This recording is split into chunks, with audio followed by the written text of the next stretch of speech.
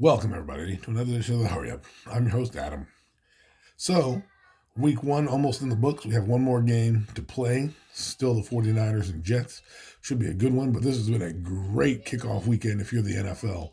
You've had two fantastic games to start the week in Thursday and Friday when you had um, Kansas City, Baltimore, and the Eagles and Green Bay. Kansas City looking like they're ready for a three-peat. Baltimore, you got to just shore up some things.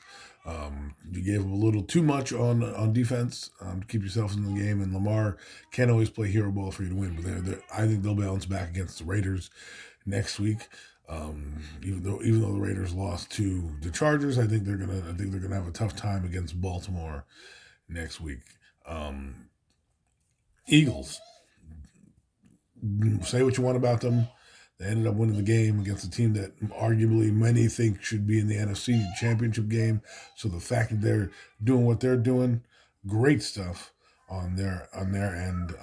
Saquon Barkley absolutely lit it up. This is what we explained and what we thought would happen with a good team. I'm still going to stick by my mantra as they're the new modern day greatest show on turf. You can laugh at me all you want and call me. It's just a name for the moniker. For the skill position players doesn't mean they're going to be as good or as bad, but just think about who they have out there.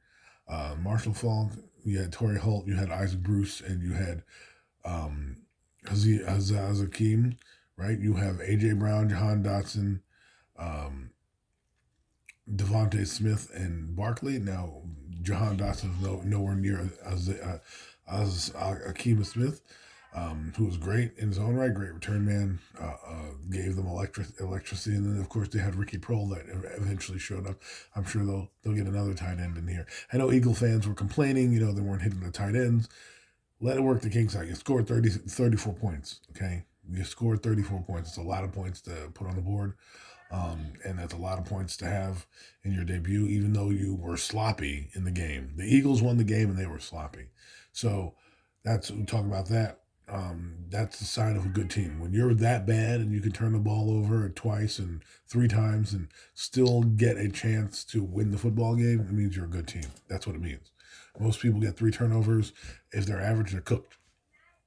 Which brings us over to Sunday's games. A lot of marquee matchups, a lot of fun. You had Jacksonville, Miami, Tua Tagovailoa, only quarterback to throw for 300 yards. You had, Indianapolis against Houston. Houston showing you why they're a Super Bowl contending team. I don't care what anybody says, as long as we got C.J. Stroud. You're going to be Anthony Richardson showing you why they drafted him the 4th overall. I know he didn't have a lot of the passing numbers, but a lot of these, again, I believe preseason matters. I do. Call me crazy. And I think what preseason allows you to do if you play more is get the guys, get on page, because the game is different. It's called different. The sounds are different. Your instincts change. Practice, it's practice. Practice, it's practice. Your brain mentally knows this guy's not going to hit me. That guy's not going to do this. They're not going to tackle me. So you saw a lot of that, especially in a few of the games, like the Eagle game and things like that. The guys were there, but the whistle didn't stop, right? The whistle hadn't stopped. So normally in practice, when you get there, the whistle stops so that you can continue. So I think a lot of the big plays you saw were preseason mode big plays in a lot of these games, and some of them were just bad outright plays. Another game I'd like to touch on is look at the Cowboys defense, man. They were absolutely insane, but no one talked about too much about that. Jaden Daniels had a solid debut. I think of all the rookies, he had the best numbers wise. Moved his team up and down the field, scored a touchdown. But then it gives it to the team that everyone knows I'm familiar with. Some people call me a hater. Some people call me a non-Giant fan. Some people want me to support what went on Sunday afternoon. I will not support that. This is why, if you're a DJ fan or not, this is why I get mad. This is the reason. If you're not mad after that performance, after that pathetic performance, by not only the team, and you can say, and I don't want to hear about the teams. No, I don't want to hear about it. You know why I don't want to hear about it? Because people told me we're going to smoke the Vikings, got nothing to worry about, blah, blah, blah. And I said I wouldn't go that far to say you're going to smoke the Vikings when in reality the Vikings defense is pretty good. And it showed up and it showed out. Okay? They had a pick six. They had 5 sacks. They made our quarterback look confused. And apparently, according to both Brian Dable and Kevin O'Connell, they didn't really do much, the Vikings, in terms of changing up their coverages. It just means your quarterback can't drop back and read a defense. That's what it means. That's what it means. And you know what's going to happen, right? He's going to come out and play phenomenal against Washington. Everyone see, you guys lying. It's only week one. Going to knock the rust out. And then he's going to get shellacked against Cleveland when a defense with Jim Schwartz comes in there and actually blows his mind up. So what's going to happen? It's the truth. And I think that's the reason why we still have this quarterback, because of the truth. And don't get me wrong, the coach was terrible too. The coach was terrible. What are you doing in the middle of the game in the third quarter? You're down 21-6, and you're just lollipopping. You're just, no, I'm going to run the ball here. I'm going to do this. Once they were up 21-0, I pretty much thought the game was over.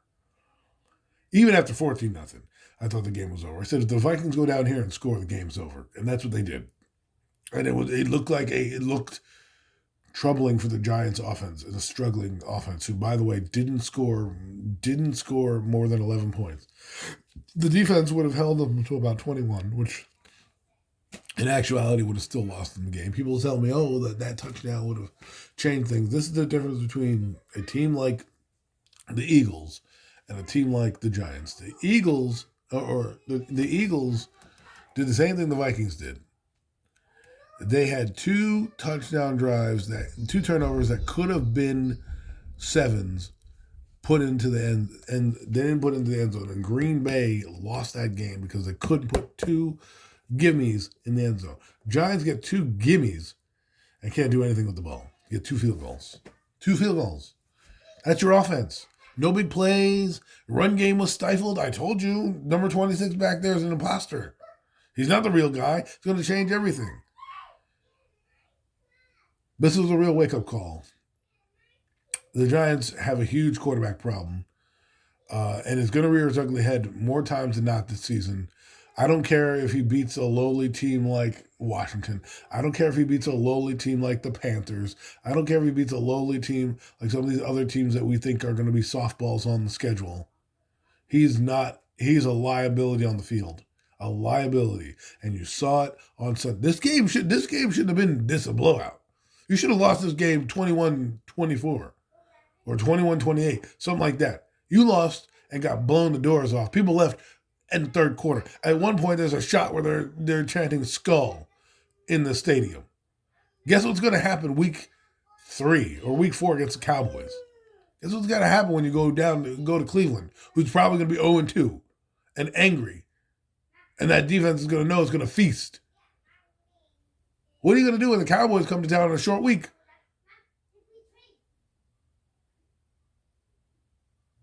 What are you going to do when the Eagles come to town?